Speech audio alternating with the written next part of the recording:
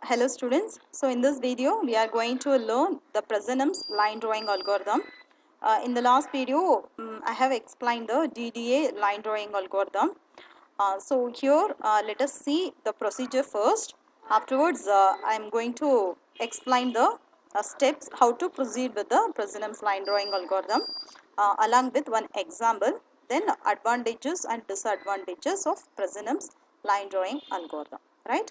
So now the procedure of Prasanam's line drawing algorithm.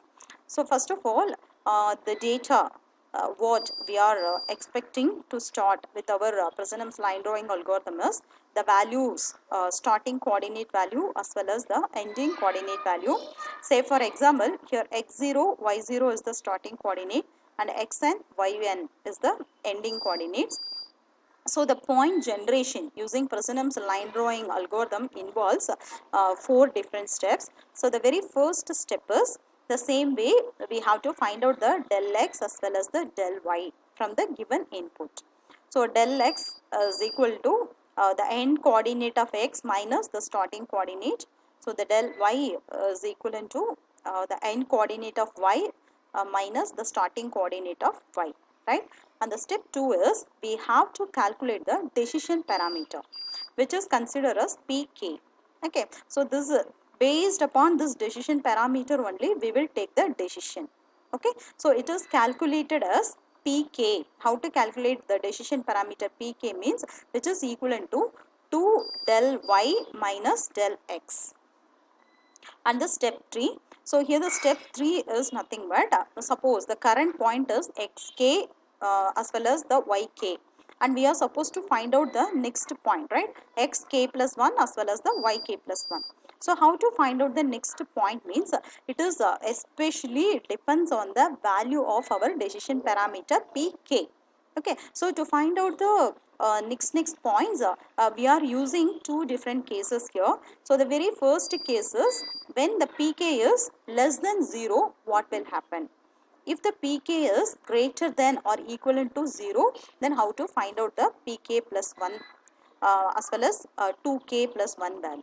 Okay, so if the case is 1 means suppose the pk value is less than that of 0, then we have to find out the new decision value along with the k plus 1 value, means the new x value as well as the y value. So the new x value will be calculated xk plus 1 and the new y value is equivalent to yk. Okay. If it is case 2, then we have to find out the new decision parameter pk plus 1, which is equivalent to pk plus 2 del y minus 2 del x, and the new x value is xk plus 1 and new y value is equivalent to yk plus 1, right? And the step 4 is nothing but we have to keep on repeating the step 3 until the end point is reached, or the number of iterations which is equivalent to del x minus 1 times. Okay, and here the given coordinates are x0, y0 is 9, 18, and the ending coordinates are 14, 22. Okay, so the step 1 is we have to find out the del x value as well as the del y value, and the step 2 is we have to calculate the decision parameter, that is pk value. Okay, so here the pk value is 3 because 2 into 4 minus del x value, so which is equivalent to 3. Okay, and now the step 3, now our value pk is greater than or equal to 0, so our case 2 is satisfied, right? So according to the case 2, we have to find out the new decision parameter value pk plus 1, right, as well as the new x value as well as the new y value. So according to the equation, if you are applying, we will get 10, 19 as a new value. Okay, 10, 19. See, 10, 19, and the new pk plus 1 value is 1. Okay, for the next iteration, this will become previous pk value, previous addition value, and we have to find out the new pk plus 1 value. According to that, we will get new xk plus 1 is 11 and yk plus 1 is 20. And for the next iteration, this minus 1 will become the pk value, and the new decision parameter is 7, and we are getting 12 and 20 as a new intermediate points, means the next point, right? And the next decision parameter is 5. If we apply 5, we will get 13 and 21 as a xk plus 1 as well as the yk plus 1. And the last iteration we are getting 14 comma 22 as a new intermediate values.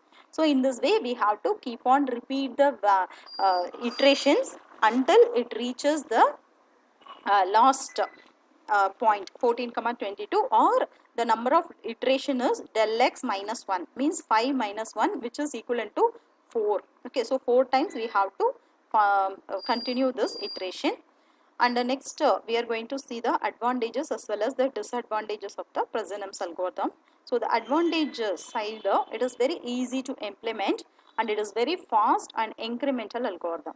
Okay, and it is executes very fast, but it is less faster than the DDA algorithm. But here the points, all the points are generated by this algorithm is more accurate than the DDA algorithm. Okay, and it uses only the fixed point. There is no floating points are allowed here, right? And disadvantages of Prasanam's algorithm is, though it is improving the accuracy, but still resultant line is not that much smooth, but not as much bad as DDA.